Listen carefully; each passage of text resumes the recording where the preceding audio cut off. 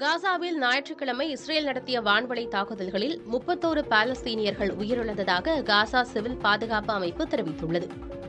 Qatar தலைநகர் தோஹாவில் Israel Hamas இடையே நடந்த மறைமுக பேச்சுவார்த்தைகளில் உடன்பாடு எட்டப்படாத நிலையில் காசா மீது இஸ்ரேல் மீண்டும் தாக்குதலை தீவிரப்படுத்தியுள்ளது. காசா நகரில் 8 பேர், நுசைரத் அகதிகள் முகாமில் 10 பேர், நீர் விநியோக மையத்தில் 8 குழந்தைகள் உட்பட 10 பேர், மவாசி பகுதியில் 3 பேர் என கொல்லப்பட்டுள்ளனர். கடந்த சனிக்கிழமை நடந்த தாக்குதலில் குழந்தைகள், பெண்கள் உட்பட 52 பேர் உயிரிழந்தனர்.